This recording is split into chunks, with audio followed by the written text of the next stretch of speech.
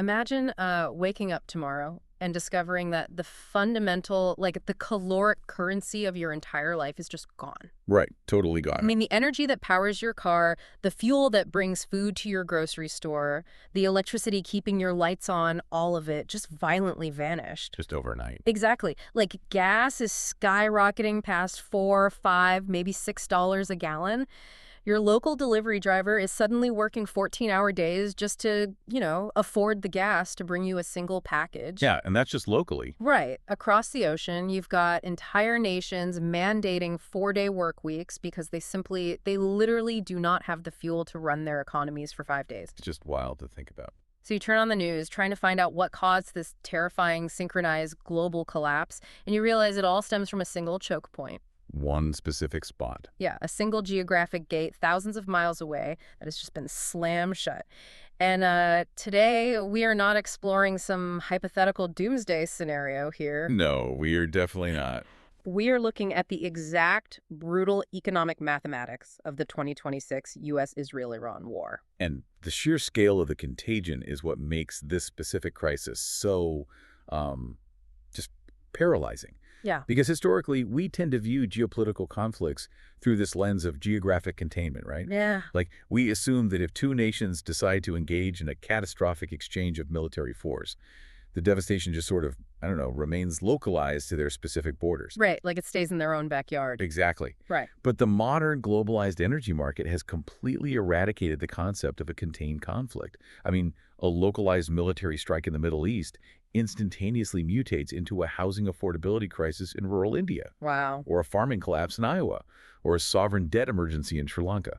Which brings us to the core mission of this deep dive. You, the listener, you really need to understand the staggering global fallout of this 2026 conflict. It's essential. And we have assembled a massive stack of source material for this. I mean, raw economic data from the Federal Reserve Bank of Dallas, macroeconomic think tank reports from the Century Foundation, and international news dispatches spanning, like, the entire political spectrum. It's a lot of paper. It is so much paper. And looking at all these charts and death tolls and supply chain metrics, it can get overwhelmingly dense. Oh, absolutely. So to truly understand the underlying logic of this crisis, we are going to implement an absolute unbreakable rule for our conversation today. I love this rule. Yeah, we are going to game out the logic of this entire geopolitical meltdown using one exclusive metaphorical lens. We are going to examine this entire conflict as if it were a giant, incredibly chaotic school playground. And, framing international relations as playground dynamics is actually a profoundly accurate way to model state behavior. Right. Oh, yeah. Nations, much like children in a schoolyard, they operate based on raw leverage. Resource hoarding, factional alliances, and the constant underlying threat of physical force. That makes total sense. And before we step onto this playground, I want to make a strict pledge to you, the listener. We are simply observers sitting on the bench. Just watching. Right. Our sources cover every angle of this conflict, but we are not here to take sides. We will not endorse the playground bullies, we will not defend the kids throwing rocks, and we're not going to pass moral judgment on the factions. No, we're strictly impartial. Exactly. We are here to impartially analyze who threw the rocks, who got hit, and exactly whose lunch money was stolen, based purely on the original sources. Period. So let's establish the geography of this playground. At the very center of the schoolyard sits a massive sandbox, and this sandbox represents the Middle East. And this sandbox is the vital organ of the entire recess economy. Okay, how so? Well, it's not just a place to play, right? It is the sole origin point for the playground's most critical resource. Snacks. The snacks, the juice boxes, the lunch money. In the real world, this translates to global oil, natural gas, and just the caloric energy required to run civilization. Right. Every single kid on this playground, whether they are playing on the far swings or hanging out by the monkey bars, relies on a steady, uninterrupted flow of snacks coming out of that central sandbox. Got it. So everyone needs the sandbox. But then, suddenly, right in the middle of recess, the most devastating brawl in school history breaks out right in the middle of the sand. And everything freezes. Let's look at the spark of this conflict, relying on our sources detailing the events of February 28th, 2026. So, two of the toughest, most heavily armed kids on the playground, the U.S. kid and the Israeli kid, they launch a coordinated, overwhelming physical blitz. They dub it Operation Epic Fury. Operation Epic Fury. And their target is another kid standing in the sandbox, the Iranian kid. Right, and the strategic rationale for the blitz, at least according to the military documentation we have, it stems from a long-standing tension. Okay, unpack that. Well, the Iranian kid had spent years talking tough, throwing occasional handfuls of sand. But more alarmingly, this kid was actively building a highly dangerous, sophisticated slingshot in the corner of the sandbox. And this slingshot represents Iran's subterranean nuclear infrastructure, right? Exactly. So the U.S. and Israeli kids calculated that they could no longer rely on diplomatic timeouts or verbal warnings. They executed a preemptive doctrine. Basically deciding to act before that slingshot could be fully loaded with a nuclear projectile. Yeah, that was the logic. And the sheer kinetic volume of what they did is hard to wrap your head around. I mean, our sources confirm they executed nearly 900 individual strikes in a 12-hour window. Just massive. That is an unrelenting cascade of violence. And they didn't just target the slingshot itself, they went straight for the targeted kid's gang leader. Right, the decapitation strike. Yeah, they successfully took out Supreme Leader Ali Khamenei alongside dozens of his top lieutenants. So in playground terms, they targeted the central nervous system of the rival gang. To permanently neutralize their ability to coordinate any future recess operations. Wow. Yeah, military strategists refer to this as a definitive knockout punch. I mean, the objective wasn't to merely bruise the opponent, right? It was to systematically dismantle their command and control architecture. Just wipe it out. And physically obliterate their primary weapons manufacturing capabilities in a single unrecoverable afternoon. Jeez. So from a purely conventional symmetric warfare standpoint, the operation was an overwhelming tactical success. The physical capacity of the Iranian kid to wage a traditional fistfight was neutralized. But the sources reveal a fascinating shift in the playground dynamics here. Because the U.S. president steps up to the microphone and confidently declares, quote, their military is defeated, we have hit them very hard. Right. The big kids assume the brawl is over because they won the fist fight, but the bruised kid, the Iranian kid, takes this massive hit, looks at their degraded capabilities, and realizes they cannot possibly win a direct physical confrontation. So they don't even try. Right. Instead of throwing a punch back, they limp over to the main gate of the sandbox, the Strait of Hormuz, and they throw a heavy padlock on it. And that, right there, fundamentally rewrites the rules of the conflict. How so? Because the Strait of Hormuz is the critical maritime choke point for the world's energy supply. It is the only physical exit route for the snack wagons leaving the sandbox. Wait, the only one? Well, roughly 20% of the entire globe's oil and liquefied natural gas must travel through that specific narrow gate. 20%. Wow. But I want to challenge the mechanics of this because it seems contradictory to me. Okay, go for it. If the big kids just dropped 900 strikes in half a day, completely degrading the Iranian kid's military, how in the world does a badly bruised, defeated kid still retain the power to lock the single most important gate on the entire playground? It's a great question. I mean, how do you enforce a blockade when your military has supposedly been neutralized? Well, you're asking that because you are measuring power using the metrics of a conventional fistfight. Oh. The bruised kid understands the devastating mathematics of asymmetric playground warfare. To block a massive gate, you do not need a pristine billion-dollar navy. Right. You do not need expensive titanium-plated throwing arms. All you need is to stand in the shadows near that narrow gate holding a few cheap rocks. Which represent the low-cost anti-ship missiles and explosive aerial drones. Exactly. And loudly threaten anyone who tries to push a snack wagon through the exit. So you don't even have to sink every wagon. You just have to make the mere act of using the gate too terrifying for the snack vendors to risk it. Precisely. It is the weaponization of the risk premium. In the real world, commercial shipping is governed by maritime insurance markets. Oh, the hall monitors. Right. Think of them as the playground hall monitors who charge a toll based on the likelihood of a kid getting a bloody nose. That's brilliant. So when the Iranian kid stands by the gate with a rock, those hall monitors skyrocket the risk tolls. The insurance premiums for oil tankers become so astronomically prohibitive, and the physical danger to the civilian crews becomes so acute that the major shipping conglomerates simply refuse to enter the sandbox. So the physical flow of global energy is paralyzed not by a massive naval armada, but by the psychological extortion of international waterways. Exactly. Psychological extortion. So we basically have a total stalemate at the gate, a staring contest. The big kids have the massive fists, but the bruised kid has effectively seized the key to the cafeteria. Yep. Let's trace the immediate cause and effect of that locked gate, because while the big kid threw the punch in the sandbox, the physical exertion of that fight instantly starves his own little siblings back home. It really does. We need to look at the domestic U.S. economic fallout, which our sources accurately describe as the lunch money squeeze. And the locking of the sandbox gate triggers an instantaneous supply shock. The global energy market operates on incredibly tight margins. Right. When you rip 20% of the daily snack supply out of circulation, the cost of the remaining snacks violently reprices upwards. The federal data on this is just unforgiving. Let's look at the Consumer Price Index, the CPI, which tracks how much pocket money the kids need to survive. Right. The Federal Reserve reported that U.S. inflation surged to a 3.3% annual rate in March. Energy prices alone jumped 10.9% in a single month. That's huge. And if we look specifically at the price of gasoline, the sticker shock is terrifying for the average family. U.S. gas prices spiked roughly 30% in just 1 month. 40%. Yeah. They are up nearly 40% since the sandbox brawl began, pushing past $4.15 a gallon by early April.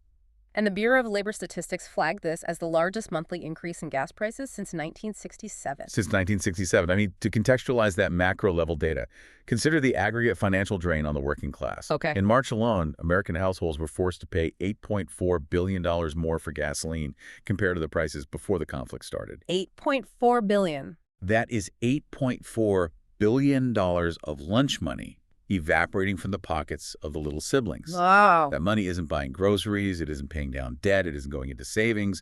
It is being incinerated purely to cover the inflated cost of moving around the playground. And the human toll inside those numbers is devastating. Like, we have a report profiling an Iowa farmer. This is the kid responsible for running the school garden, right? Right. His tractor fueled the agricultural diesel required to run his heavy machinery. It soared from $1.89 in December to $4.17 in January. Double. More than double. Yeah. And he operates with a 10,000-gallon tank on his property. Filling that tank used to cost him $18,000. It now costs $41,000. And the structural vulnerability there is that agricultural economics are uniquely exposed to energy shocks. Oh, because they can't just change the price. Exactly. A farmer cannot simply raise the price of his corn tomorrow to cover the fuel spike because corn is globally traded on commodity markets. He absorbs the loss directly. That is brutal. He explicitly warned reporters that this sudden doubling of his operational overhead is pushing him to the brink of 1980s-style farm crisis unprofitability.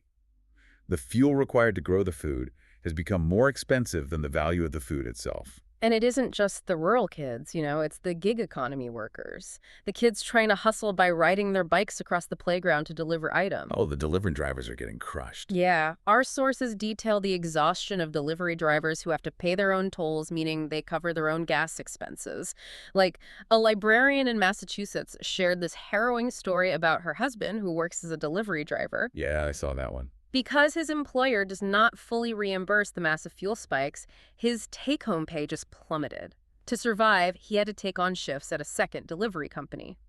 He is now grinding through 12 to 14-hour days. Wow. She told the reporter, quote, "Forget retirement, I'm worried we won't even be able to make it through the next few years." And that anecdote illustrates a critical economic metric: the disproportionate punishment of the lowest income quintile. Right.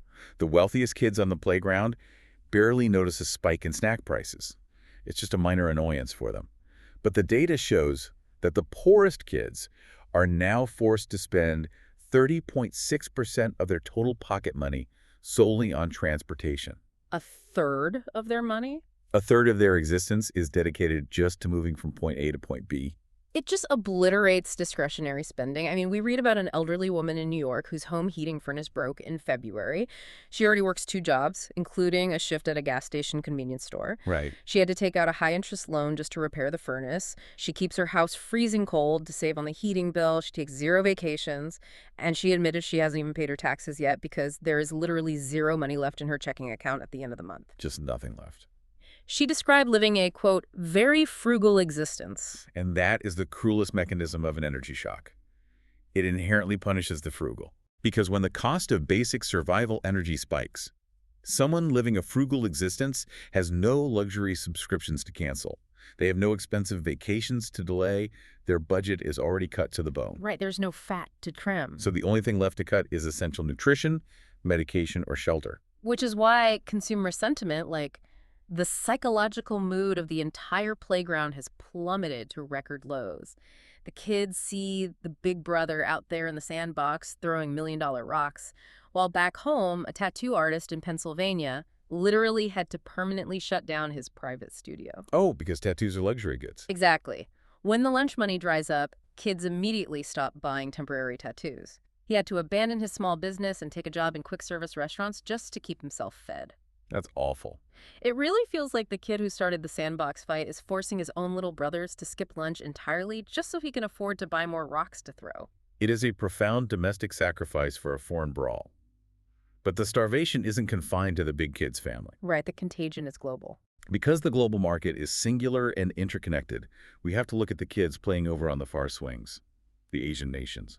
Yeah, the kids on the swings are in absolute panic mode. I mean, they are geographically far from the sandbox, but they are desperately dependent on it. Extremely dependent. The Middle East provides the vast majority of Asia's energy imports, but it's not just about importing snacks, right? It's about the labor market. The migrant workers. Exactly. Millions of Asian migrant workers, the kids who used to do the daily chores inside the sandbox, sweeping the sand, building the sandcastles, they are experiencing a mass exodus. And the demographic shift is staggering. The sources highlight the data from India alone. Right. Because the sandbox has become an active war zone with rocks flying everywhere and the gates locked.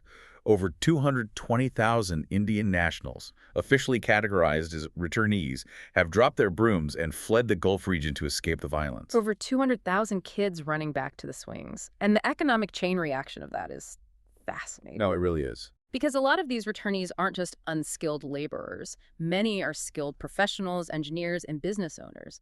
When they flee back to India, they aren't settling in the massive, crowded main hubs like Mumbai or Delhi. No. The sources show they are flooding back into the smaller, secondary areas, the Tier 2 and Tier 3 cities.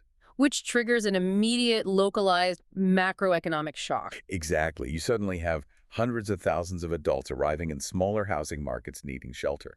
This massive influx of desperate buyers and renters drove up real estate prices in those secondary Indian markets by an astonishing 14%. 14%. But it is a toxic bubble because simultaneously, India is losing the revenue stream that those workers used to generate. The remittance economy. This is so crucial. These workers used to earn their lunch money in the sandbox and mail a portion of it back to their families on the swings. Exactly. And the conflict threatens $50 billion in Indian remittances. 50 billion. So just evaluate the triple threat facing the Indian economy right now.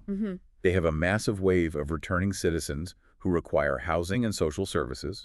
They have instantly lost $50 billion in foreign income. Yeah. And they are simultaneously being crushed by the skyrocketing global cost of energy required to keep their domestic industries running. The desperation is forcing kids all over the swings to fundamentally alter the rules of recess. I mean, Sri Lanka and the Philippines have been pushed to the absolute brink. They've had to take extreme measures. Yeah, they officially declared 4-day school and work weeks. They are literally telling their populations to stay home one extra day a week solely to conserve national energy reserves. Wow.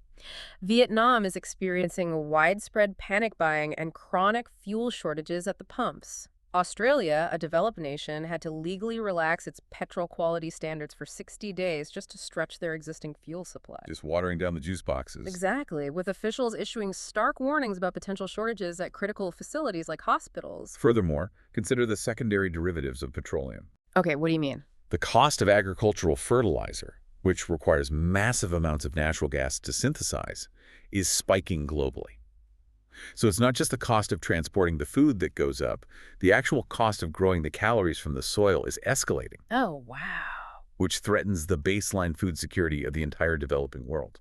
Okay, so as an outside observer, I have to ask the obvious question here.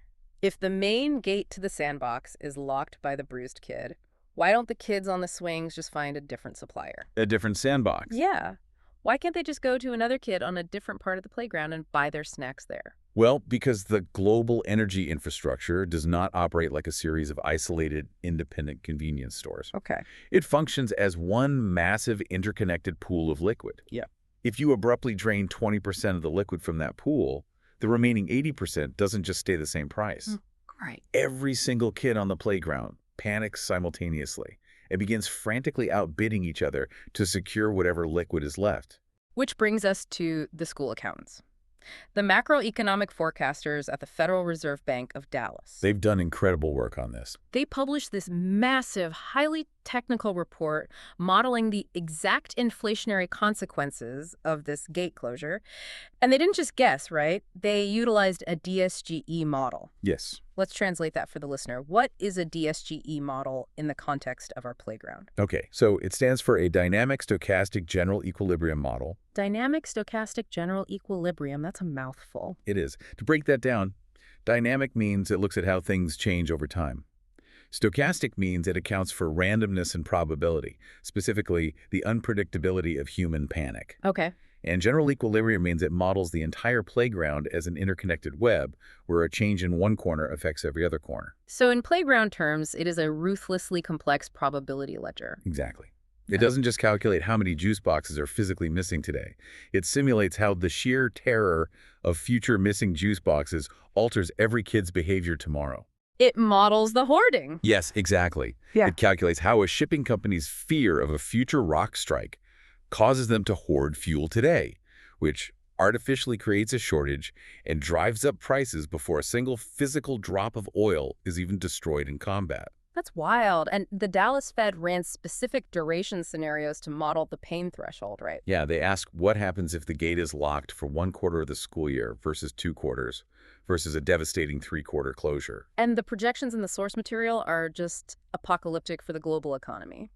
If that sandbox gate remains padlocked for a full 9 months, 3/4, the DSGE model projects that crude oil, the foundational currency of the playground, would peak at $167 a barrel. Huge spike. Just to give you context, it was sitting comfortably around $73 a barrel before the brawl started. And a $167 barrel of oil doesn't just make your morning commute expensive. It violently bakes permanent structural inflation into the DNA of the entire playground. Permanent. The Dallas Fed concludes that a 9-month closure would inject an extra 1.47 percentage points of permanent core inflation into the global system. Because petroleum is the invisible ingredient in everything. It's the diesel powering the freight trains, the energy running the manufacturing plants, the petroleum in the plastics, the fertilizer in the soil. Yep. When the core ingredient doubles in price, every single item on the playground becomes permanently more expensive.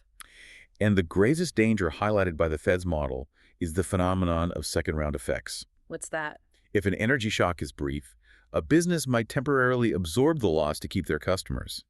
But if the disruption drags on for 9 months, businesses are forced to permanently pass those inflated costs down to the consumer. Right. This leads to what economists call unanchored inflation expectations. Explain the psychology of that unanchoring. What does that mean for the kids? Unanchored expectations occur when the kids on the playground fundamentally lose faith in the teacher's ability to ever fix the prices. Oh, wow. Once a kid believes that snacks will always be wildly expensive tomorrow, they start aggressively demanding higher allowances from their parents today just to survive. And the parents, who are the employers, have to raise prices even further to pay those higher allowances, which triggers an inescapable self-feeding inflationary spiral. Exactly. It is the destruction of economic trust. So we have the little siblings starving at home, the kids on the far swings facing a remittance collapse, and the school accountants warning of an unanchored inflationary death spiral. It's bad. But the playground is vast, and there are other factions watching this sandbox brawl who are not panicking. They are calculating. Let's look at the geopolitical alignments, the instigators operating in the shadows. And the strategic maneuvering of the older rivals is perhaps the most cynical aspect of this entire crisis. We were talking about the Chinese kid and the Russian kid. Right. According to the think tank reports, neither of these older rivals are physically stepping into the sandbox. They are not throwing punches or deploying their own militaries. Yeah. Instead, they are standing comfortably in the shadows, quietly handing high-tension slingshot bands, radar components, and technological support to the bruised Iranian kid. But why? Like, what is the logic of arming the bruised kid if you aren't willing to fight alongside him? It is the essence of counter-hegemonic proxy warfare. Both the Chinese and Russian kids benefit tremendously from keeping the biggest, most powerful kid, the U.S., bogged down in a messy, interminable, and bankrupting brawl in the sand. Oh, so it's a distraction. More than a distraction. Mhm. Every $1 billion the U.S. kid spends throwing rocks in the Middle East is $1 billion they cannot spend reinforcing their positions in Eastern Europe or the Pacific. Oh, I see. It physically and financially drains the U.S., degrades their military stockpiles, and systematically alienates them diplomatically from the rest of the playground. And the sources explicitly note that China is actively emerging as the primary winner of this war volatility. They get to posture as a neutral peacemaker globally while quietly fueling the bleeding of their primary rival. Meanwhile, Russia is aggressively capitalizing on the chaos. Because the sandbox gate is locked and legitimate snacks are scarce, U.S. allies like India are actually being forced to beg for waivers to purchase Russian oil just to keep their lights on, Yep. effectively bypassing international sanctions and enriching the Russian kids' war chest.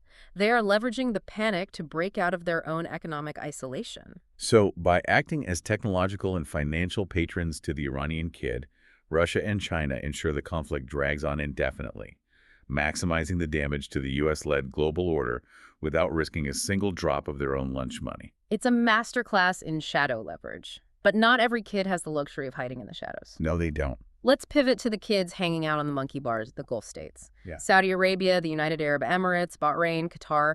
Geographically, they're positioned directly adjacent to the sandbox. Right next to it. And because of that proximity, they are catching stray rocks to the face. Quite literally, the operational theater of asymmetric warfare is notoriously imprecise. The sources document a horrifying list of Iranian strikes, both intentional and accidental, impacting the sovereign territory of Arab nations. Drones and missiles have targeted port facilities in Kuwait, major oil refineries in Saudi Arabia, and critical infrastructure across Oman, Qatar, Bahrain, and the UAE. These kids on the monkey bars are absolutely terrified. I mean, their maritime shipping routes are snarled, their food import strategies are being severely tested, and perhaps most frighteningly, they have received intelligence warnings that their desalination plants could be targeted. That's the real nightmare scenario. Yeah, because in a desert environment, a destroyed desalination plant means you run out of drinking water in a matter of days. It is an existential threat. So, panicking, they turn to an older, historically powerful kid on the playground for protection. They beg Egypt to step in. And the geopolitical response from Cairo is incredibly telling. Egypt formally refuses to intervene. The betrayal felt by the Gulf states is visceral.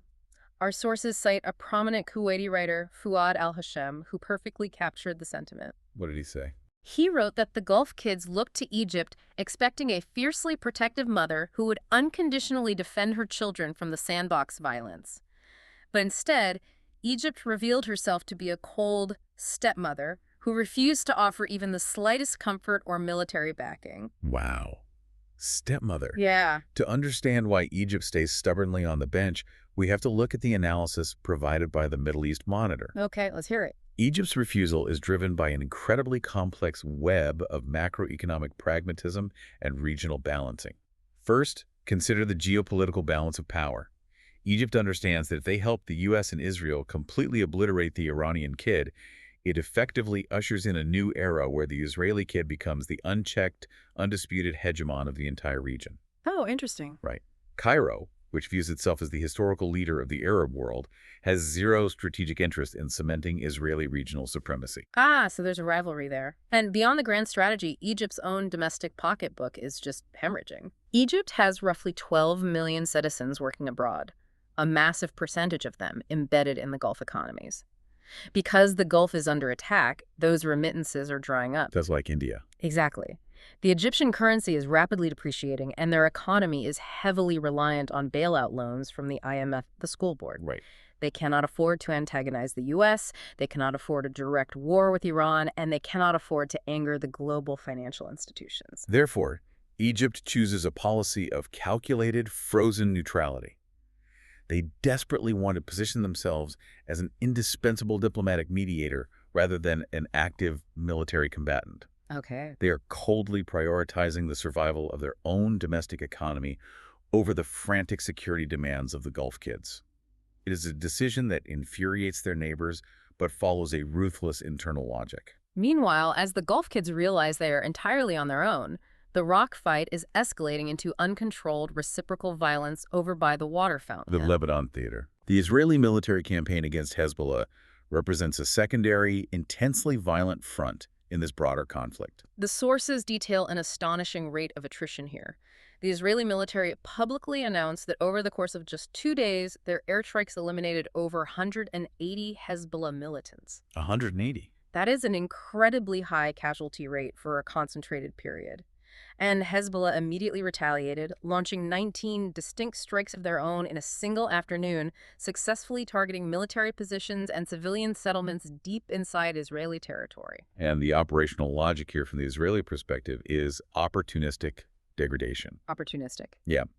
The Israeli military assesses that the broader 900-strike assault on the Iranian kid effectively severed Hezbollah's primary strategic artery. Oh, because Iran funds them. Right.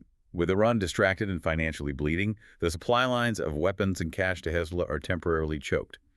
Israel is utilizing this window of vulnerability to inflict maximum generational damage on Hezbollah's command structure while they are isolated. So the violence across the sandbox and the water fountain becomes so deafening that finally the playground monitor steps out of the school building to yell at everyone. A monitor. Yeah, we're talking about Pope Leo XIV. And the moral condemnation from the Vatican was unusually forceful and explicitly direct. He addressed the bishops in Iraq, and his message stripped away all the geopolitical justifications. He declared unequivocally that, quote, God does not bless any conflict. Powerful words. He stated that the ancient lands of early Christianity have been utterly desecrated by the blasphemy of war. He looked directly at the kids throwing the million-dollar rocks and condemned those who dropped bombs, stating that absolutely no political or security cause on earth justifies the spilling of innocent blood. He is attempting to inject a baseline framework of moral absolute into a system governed purely by power. Right. But the tragic reality of international relations is that when a playground is fully consumed by the existential panic of a systemic brawl, moral condemnations from the monitor rarely alter the physical trajectory of the rocks. Unfortunately, yeah. The combatants are deaf to the theology. They're only listening to the economics. And nobody is listening to the poke because the financial pain, the unanchored inflation, the remittance collapse, the soaring cost of juice boxes has finally reached a critical threshold. The pain is so severe that the combatants are forced, grudgingly, to the negotiating table. It had to happen eventually. Which brings us to the most tense moment of the timeline, the principal's office parley. The Islamabad peace talks. The rock fight has become so ruinously expensive that the entire playground's economy is stalling out. Recognizing the cliff edge, the U.S. and Iran agree to a highly fragile, tightly monitored 2-week timeout just to talk. A 2-week timeout. Yeah. They select a neutral, heavily secured zone for this meeting, Islamabad, Pakistan. And the visual details provided by the international reporters on the ground are incredibly cinematic. No, too. The Pakistani government cordoned off a massive sector of the capital. They established a miles-wide security ring of police checkpoints, concrete barriers, and armed patrols around the Serena Hotel. Digital billboards lined the highways, heralding the Islamabad talks. Pakistan is heavily leaning into the optics of this. They are trying to elevate their own geopolitical status by demonstrating to the school board that they have the diplomatic weight to mediate a conflict of true global consequence. It's a big moment for them. And the stakes are reflected by the delegates who actually show up. The U.S. kid sends his absolute top lieutenant, the second in command, Vice President J.D. Vance. And sending the sitting vice president into an active hostile negotiation is a highly unorthodox move. Very risky. A presidential historian cited in the sources described this as an extreme high-risk, high-reward deployment for Vance.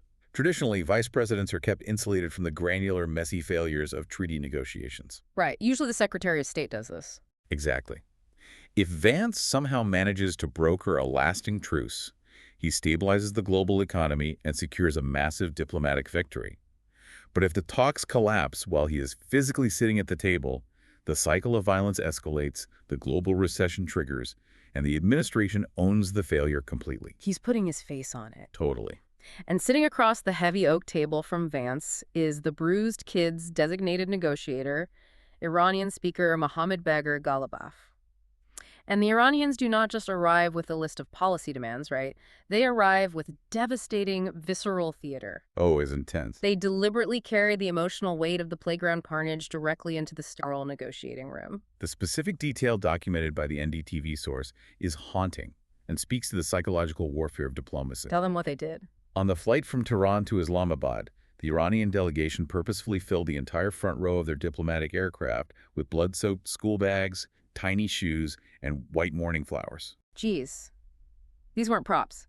These were the actual relics of over 160 children allegedly killed on the very first day of the U.S.-Israel Blitz, recovered from the rubble of an airstrike that hit a girls' elementary school in the southern town of Minab. They literally carried the bloody backpacks of dead children into the principal's office and placed them on the table. Wow. It is an aggressively powerful negotiating tactic designed to instantly seize the moral high ground.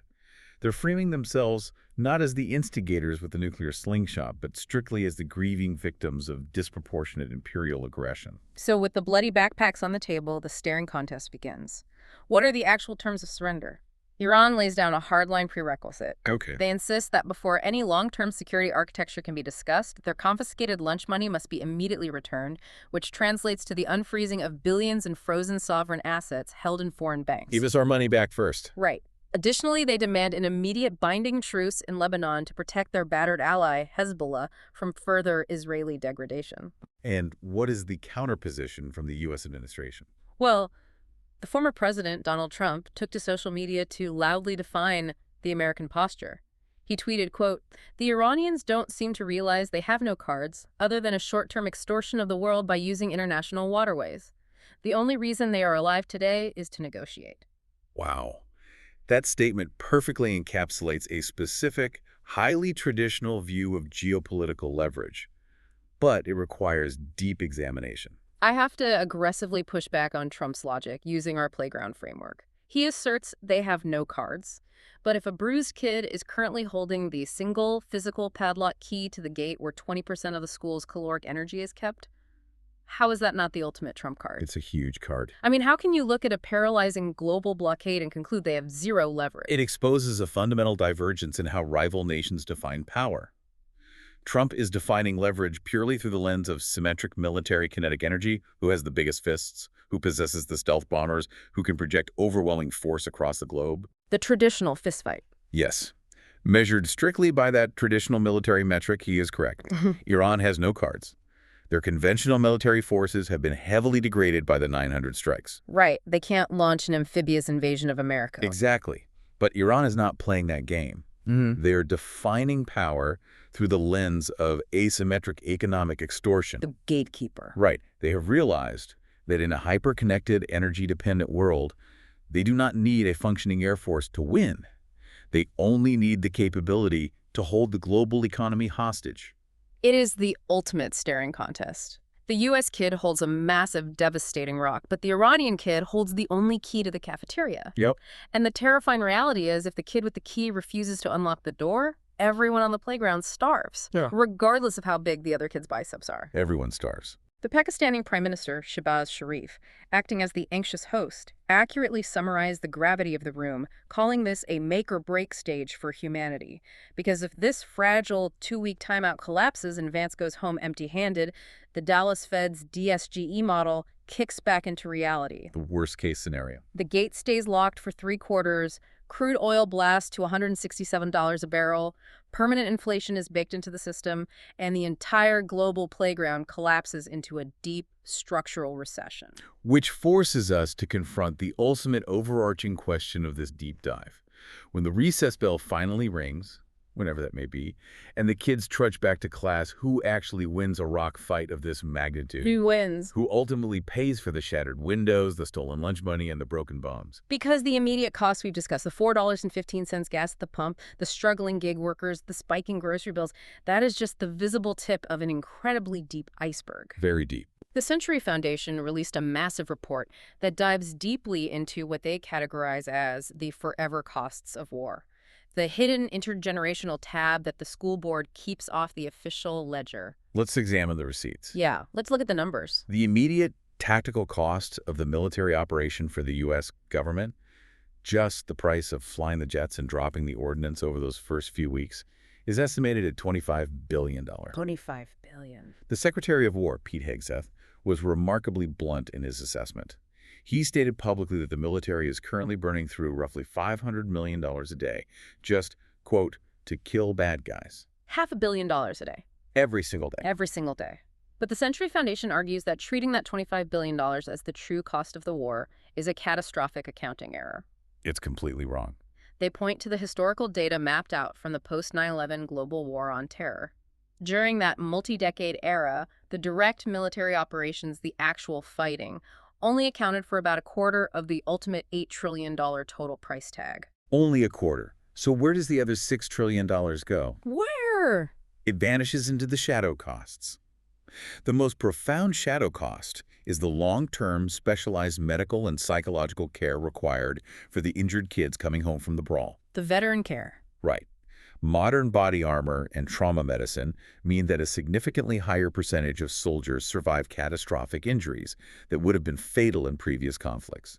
This is a medical triumph, obviously, but it creates an astronomical lifelong financial liability. Decades of care. For the kids who fought in the post-9/11 wars, the federal costs for their veteran disability and medical care aren't even projected to hit their mathematical peak until the year 2050. 2050? Are you serious? Yes. We will be aggressively paying off the physical and mental damage of this brief 2026 Iran war for the next half-century. Wow. And then there's the mechanism of how we afford the rocks in the first place, right? Because we don't have the cash on hand. No, we borrow it. The U.S. government is borrowing the money to fund the rock throwing. The Century Foundation report highlights a staggering statistic.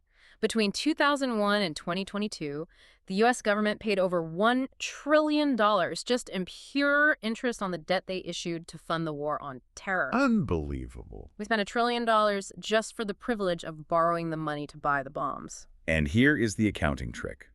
None of these shadow costs, not the decades of veteran hospital care, not the compound interest on the sovereign debt, none of it is ever factored into the $200 billion emergency budget supplemental that the Department of Defense demands from Congress when the drums of war first start beating. It's just left out. It is a deliberate fiscal obscuration. The true cost is deferred to unborn taxpayers. But wait, I want to bring up a counter-argument here because it's a deeply entrenched economic theory that gets heavily promoted by politicians during wartime.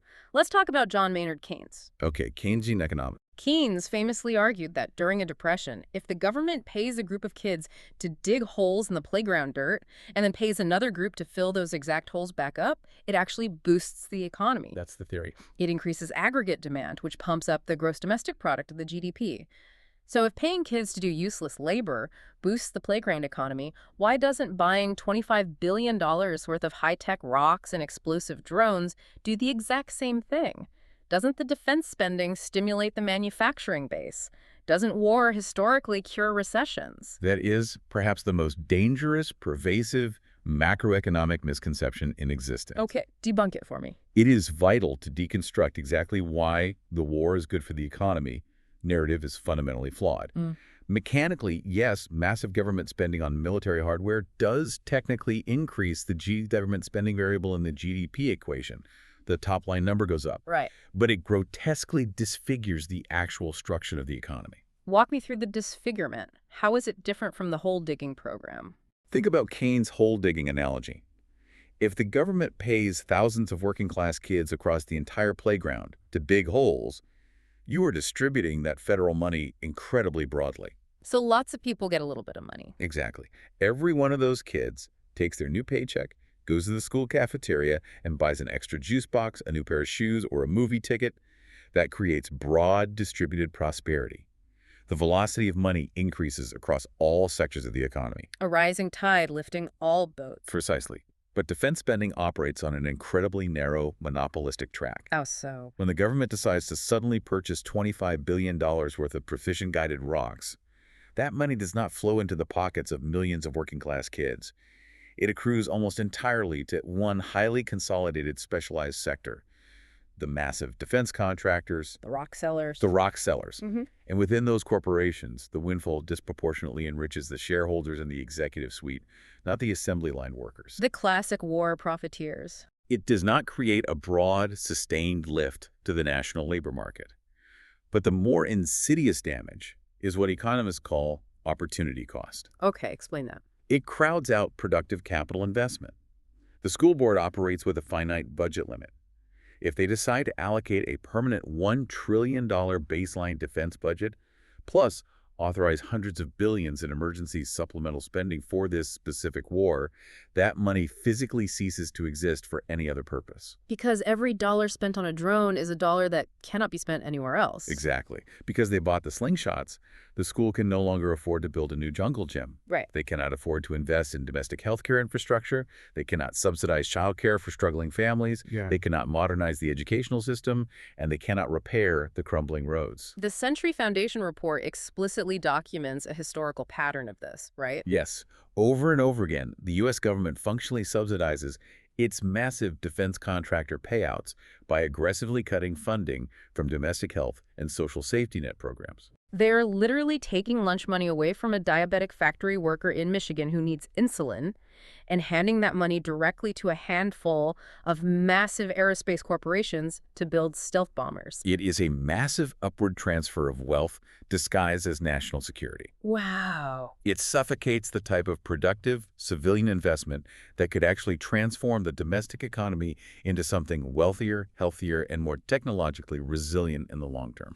Instead of building the future. The society gets greater wealth inequality, weakened domestic households, and a chronically bloated defense industry that monopolizes the school board's budget. So, to summarize the catastrophic math of our deep dive into the sandbox today, the rock fight between the U.S., Israel, and Iran has absolutely not been contained to a clean, isolated boxing ring. Not at all. It has fundamentally, structurally broken the operating system of the entire playground. Completely broken it. The bruising of the Iranian kid led directly to the asymmetric extortion at the Strait of Hormuz. That locked gate drove up the cost of basic caloric energy for everyone on Earth. It pushed the Iowa farmer to the brink of ruin. It forced the delivery drivers into 14-hour days, and it stripped the poorest kids of their remaining pocket money. It triggered a mass exodus of migrant workers, crashing the remittance economies of the kids on the far swings. It's all connected. The school accountants are projecting an era of permanent, unanchored inflation, and the shadow costs of the bombs will drain the school's resources for the next 50 years, enriching the rock sellers while starving the rest of the school. And it leaves the entire global system in a deeply precarious, fragile state. We are collectively holding our breath to see if a tense timeout in the principal's office in Islamabad can hold before the economic damage transitions from painful to irreversible. It is a profoundly dark, overwhelming picture of global fragility. But before we wrap up this analysis, I want to ask you to leave the listener with a final provocative thought. Okay. Something for them to mull over that builds on all the raw data we've covered today, but extrapolates a bit further down the timeline. Like, when the dust finally settles in the sandbox, what is the permanent paradigm shift? Well, if we synthesize all these distinct data points, the unanchored inflation in America, the mass panic and remittance collapse in Asia, the calculated, opportunistic maneuvering of Russia and China in the shadows, consider the psychological impact on the rest of the world. What do you mean? For decades, the kids playing on the far swings, the massive emerging Asian nations, the developing economies of the global South, they essentially accepted a grand bargain. Okay. They accepted that the biggest kids, led by the U.S., ultimately controlled the sandbox. They relied on the U.S. Navy to act as the ultimate guarantor of global security, keeping the gate open and the snacks flowing. They tolerated the big kid's dominance because the big kid kept the shipping lane safe. Exactly. But look at what just happened. Over the course of a single month, those emerging nations watched their national lunch money vanish overnight. Poof, gone. They watched their domestic economies teeter on the absolute brink of recession, and their citizens forced into 4-day work weeks due to a massive, violent war of choice initiated by the big kids. A war they had absolutely zero voice in. And zero control over.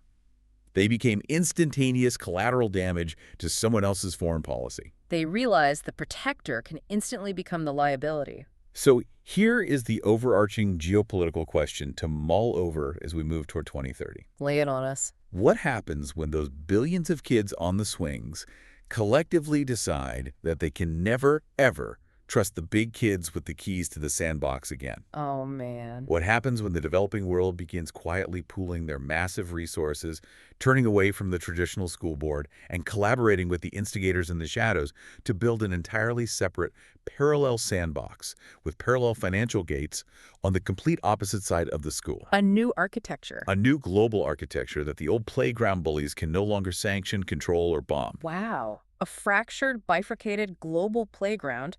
Two separate sandboxes, completely decoupled from each other. That is a terrifyingly plausible evolution to think about. It's where the incentives are pointing. You know, we started this deep dive talking about how much comfort we derive from the illusion of boundaries.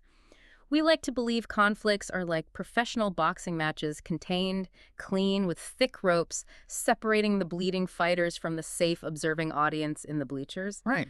But as we've exhaustively mapped out in the sandbox today, the modern energy market ensures that when the gate is locked, the ropes disappear entirely. Completely gone. There is no audience anymore. Every single one of us is in the ring, and every single one of us is paying the price of the rocks being thrown. Thank you for joining us on this deep dive. Keep critically questioning the mechanics of the world around you, and we'll see you next time.